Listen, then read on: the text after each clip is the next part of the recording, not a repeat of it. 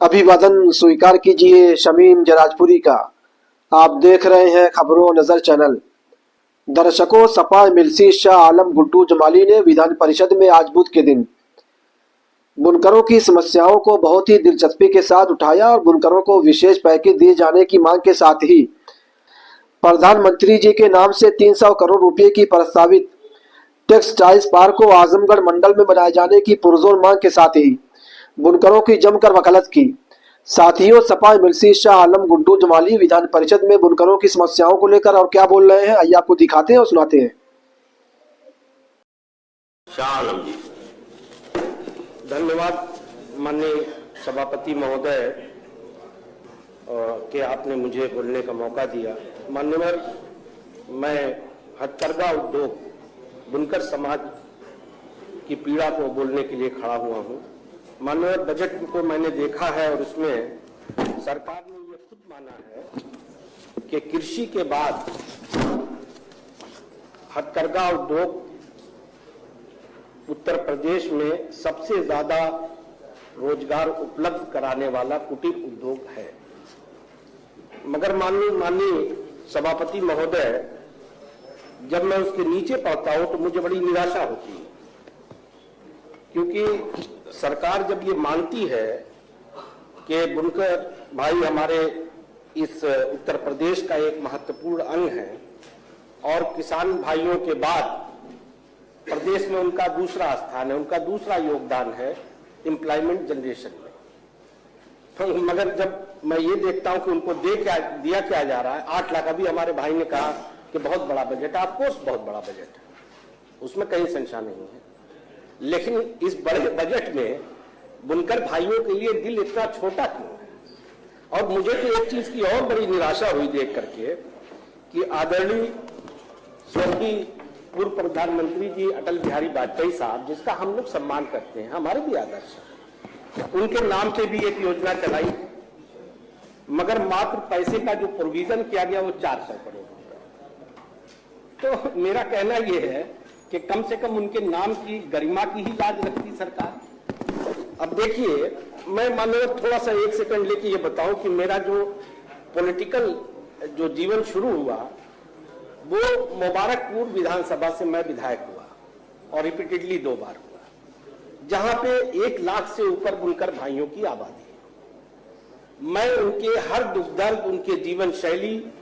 उनकी जीविका, मैं हर चीजों को मैं बड़ी भली भांति जानता हूं, क्योंकि हमने बहुत करीब से उनके दुख दर्द को देखा और समझा है। इनकी पीड़ा हमारे किसान भाइयों से किसी भी तरह से कम नहीं है। मैं सरकार को एक ठीक है, हम लोग विपक्ष में हैं, हम जो कहते हैं अक्सर ये कहा जाता है कि भाई ये तो विपक्ष में है इनका बात, लेकिन कभी कभी विपक्ष की बातों को भी सकारात्मक रूप में लेकर के उस पर विचार करना चाहिए, ऐसा मेरा सरकार से अनुरोध है। इसमें थोड़ा और पैसे का प्रोविजन बुनकर भाइयों के लिए करते। पहले उनको फ्लैट रेट पे, जब आदरणीय स्वर्गीय मुलायम सिंह यादव जी सीएम थे, तो उनके दुख दर्द को समझते हुए उन्होंने 70 रुपए में उनको फ्लैट रेट पे बिजली देते थे। अब वो खत्म कर दिया गया, और वो खत्म करने के बाद बड़ी मंथन करने के बाद अर्ध हाफ पावर पे 400 रुपए देना है, उसके ऊपर अगर 1 हो जाए तो उनको 700 रुपए देना है। तो ये बहुत बड़ा बर्डन है।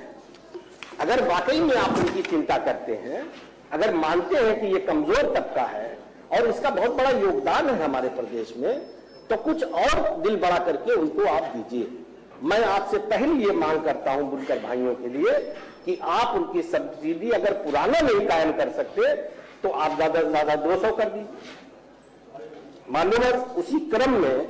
मैं आपके माध्यम से ये बताना चाहता हूं कि आजमगढ़ मंडल, जिस जिले से मैं बिलोंग करता हूं, ये बहुत बड़ा बुनकरों का बेल्ट है, क्योंकि उसी मंडल में मऊ भी आता है, गाजीपुर भी आता है,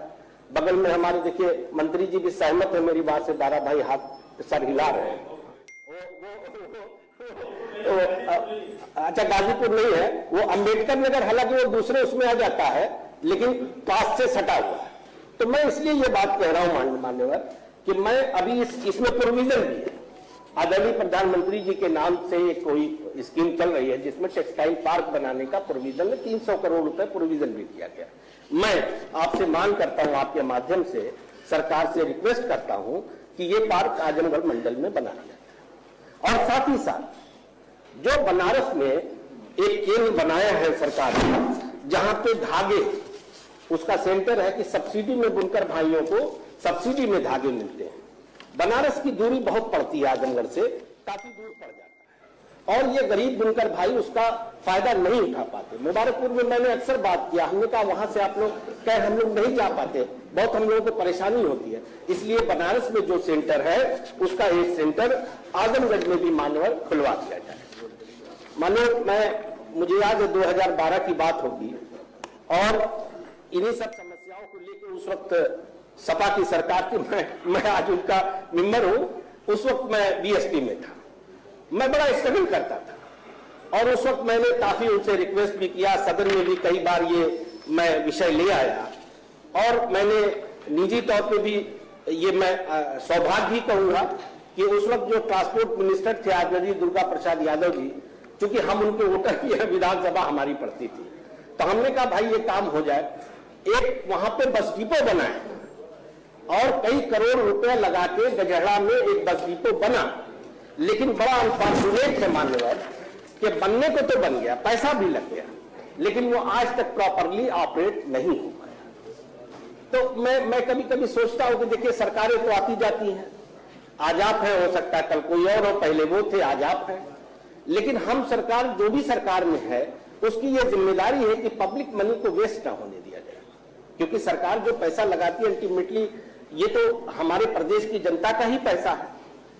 अब वो पैसा लगने के बाद अगर ठीक से ऑपरेट नहीं हो पा रहा है तो ये बड़ा दुर्भाग्य है। इसलिए मैं बहुत विनम्रता से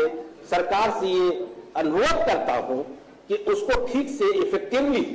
मजबूती के साथ ऑपरेट कराया जाए और वाराणसी से लेकर गोरखपुर में, वाराणसी से गोरखपुर वाया मुबारकपुर जो रूट से जाती थी, उन बसों को चालू करा दिया जाए। यह लाखों की आबादी को बहुत फायदा होगा। मैं आपसे यह अनुरोध करता हूं मान्यवर, जब आदरणीय अखिलेश यादव जी थे तो वहां पे एक बुनकर विपणन केंद्र भी बना था मान्यवर, और उसका मंशा ये थी, चूंकि उस आबादी के प्रेशर को देखते हुए बगल में मुबारकपुर और मऊ सटा हुआ था तो 2 लाख 2.5 लाख की आबादी हो जाती थी। तो उसकी मंशा ये थी कि वहां पे जो बायर हैं उनका वीकली मेला लगेगा और वहां पे उनके जो बनाए हुए प्रोडक्ट हैं मुबारकपुर के, देखिए मैं एक चीज बताऊं कि बनारस में जो साड़ी पूरी दुनिया में जाती है, जिसको बनारसी साड़ी कहा जाता है, सच्चाई ये है कि वो सारा प्रोडक्शन मुबारकपुर में होता है। उन बेचारों का दुर्भाग्य ये है कि उनकी अपनी जीआई नहीं है, इसलिए दूसरे ट्रेडमार्क पे उनको बेचा जा रहा है। अगर उनको जीआई मिल जाए तो उनका भला हो जाए और वो विपणन केंद्र भी अगर इफेक्टिवली मान्यवर, अच्छा मैं बंद कर देता हूं, वो अगर विपणन केंद्र इफेक्टिवली एक्टिव हो जाए तो बुनकर भाइयों का फायदा होगा। मान्यवर, मैं समझ गया आपकी बात को, मैं अपनी बात खत्म कर रहा हूं। मैं आपके माध्यम से सरकार से बहुत विनम्रता पूर्वक हाथ जोड़ करके बुनकर भाइयों के बजट को बढ़ाने की मांग करता हूं, उनके लिए विशेष पैकेज की मांग करता हूं। सरकार से ये बताना चाहता हूं उनके वकील की हैसियत से कि बुनकर भाई इस प्रदेश का एक रीढ़ की हड्डी है, उनको कृपया कमजोर ना होने दिया जाए। धन्यवाद।